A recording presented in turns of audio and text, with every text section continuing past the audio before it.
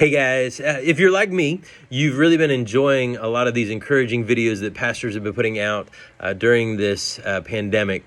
And I promise you, we're going to get to the encouraging part today, but this video is going to start out a little bit different.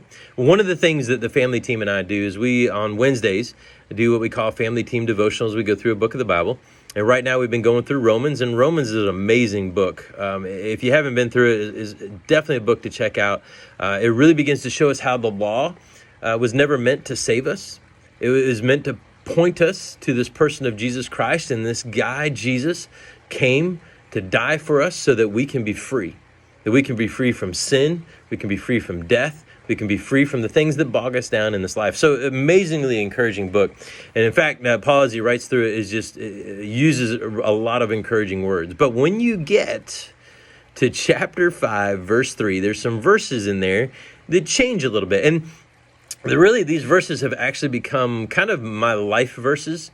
And I know a lot of time life verses are verses that we say, man, that's an awesome verse. It's so encouraging. I want to wrap my life around that verse. Well, this verse is more kind of wrapped itself around me. And while it's not so encouraging as it starts, it begins to show a process. And I don't know if you've like putting puzzles together. I can't stand putting puzzles together, but my wife loves it, so we do it. And one of the things that you do with a puzzle, right, is you always start with the edges and you work your way in, and it's a process, and you start going through that. And if you're like me, when I get done with a puzzle, I'm always missing like 4 or 5 pieces because either the dog ate them, I threw them away by accident, or whatever. But if you follow the process and go through the process, and it's long and it's tedious and that kind of thing, but when you go to the end of the process, get through the end, there's a beautiful picture, right? And so what we begin to see in Romans chapter 5, verse 3, is we begin to see Paul setting up a process. And he says, listen, if you go through this process, your life is going to end up being a beautiful picture. But if you try to skip parts of this process, because you see, it starts out with Paul saying this in verse 3. He says, not only so, but we also rejoice in our sufferings. I don't know about you, but I don't like suffering. I don't like pain. And it's one of those verses you're like, are you kidding, Paul? What in the world are you trying to say here, dude? Like, he comes in and he says, man, hey, suffering's a good thing. And it's like, no, it's not. What in the world are you talking about, brother? But what he's doing is he's beginning to set up a process because he knows that our very human nature is to skip pain, right? If we can in any way avoid the suffering, avoid the pain, avoid the headaches, the heartaches, the hard times, we're going to do it. It's part of who we are. But Paul says, man, there's a natural order to life. And in that natural order includes suffering. And he begins to develop this process. And listen, I don't know what you're going through right now, but I do know that, man, right now with this COVID-19, we're all uncertain.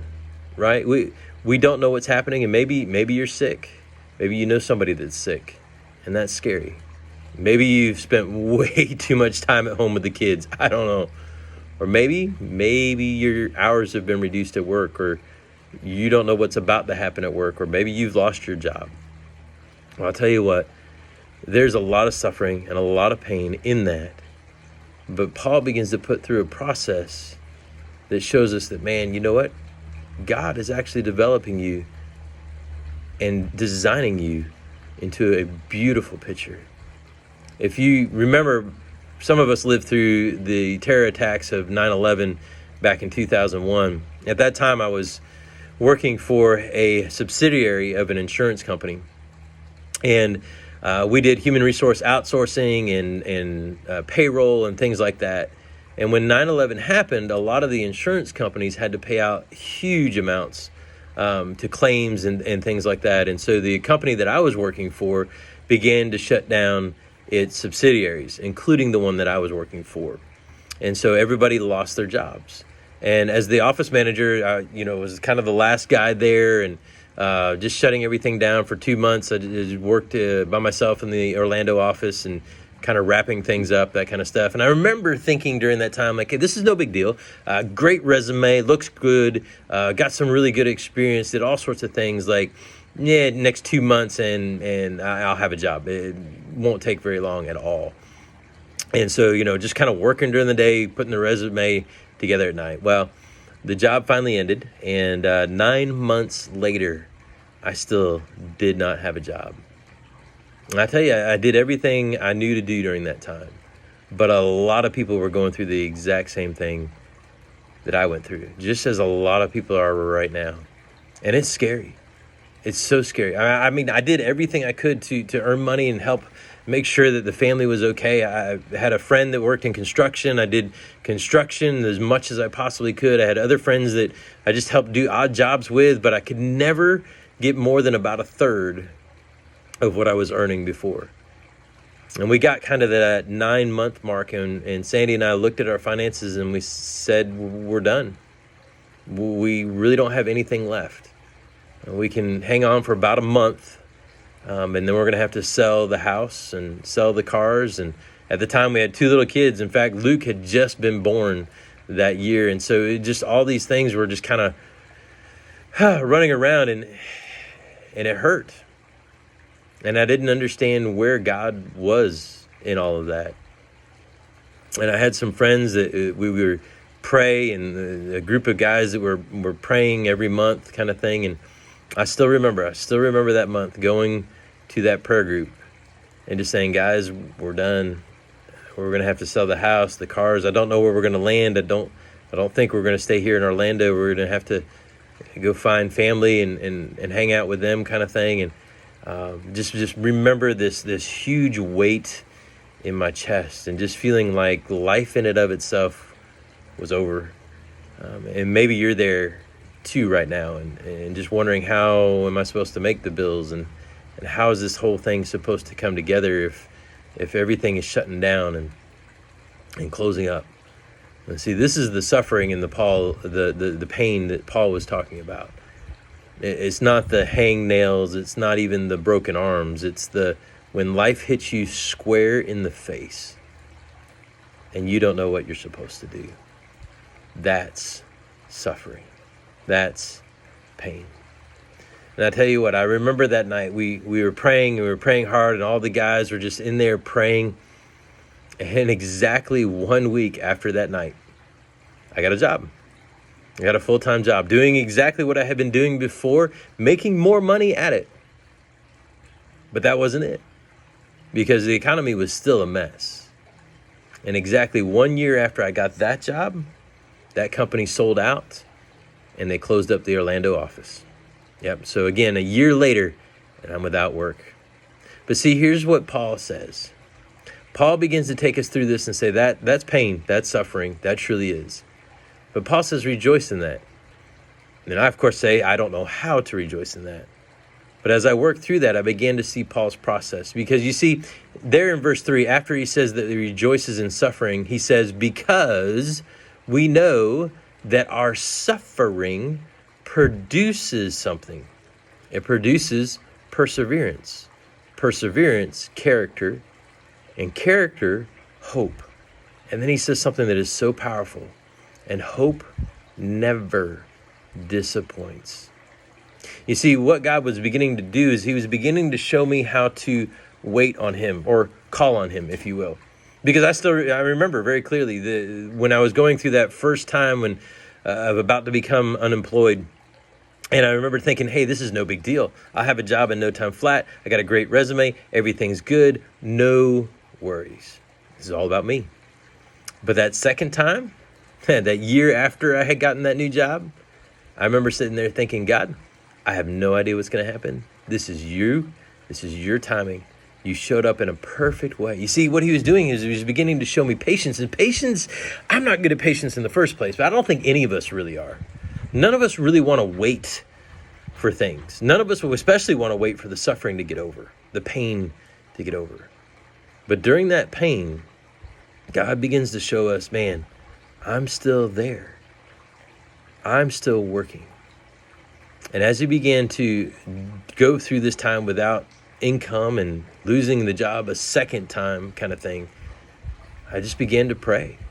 And I just remember this peace. It was so odd because I still remember sitting down at the computer to start the resume again. Like, okay, this job just ended up dead as just like the last one. Here we go again. Let's begin to add that to the resume. And I remember just this peace coming over saying, God's got it. God's got it. You see, when we begin to learn how to wait on God, we begin to see God in a whole new light.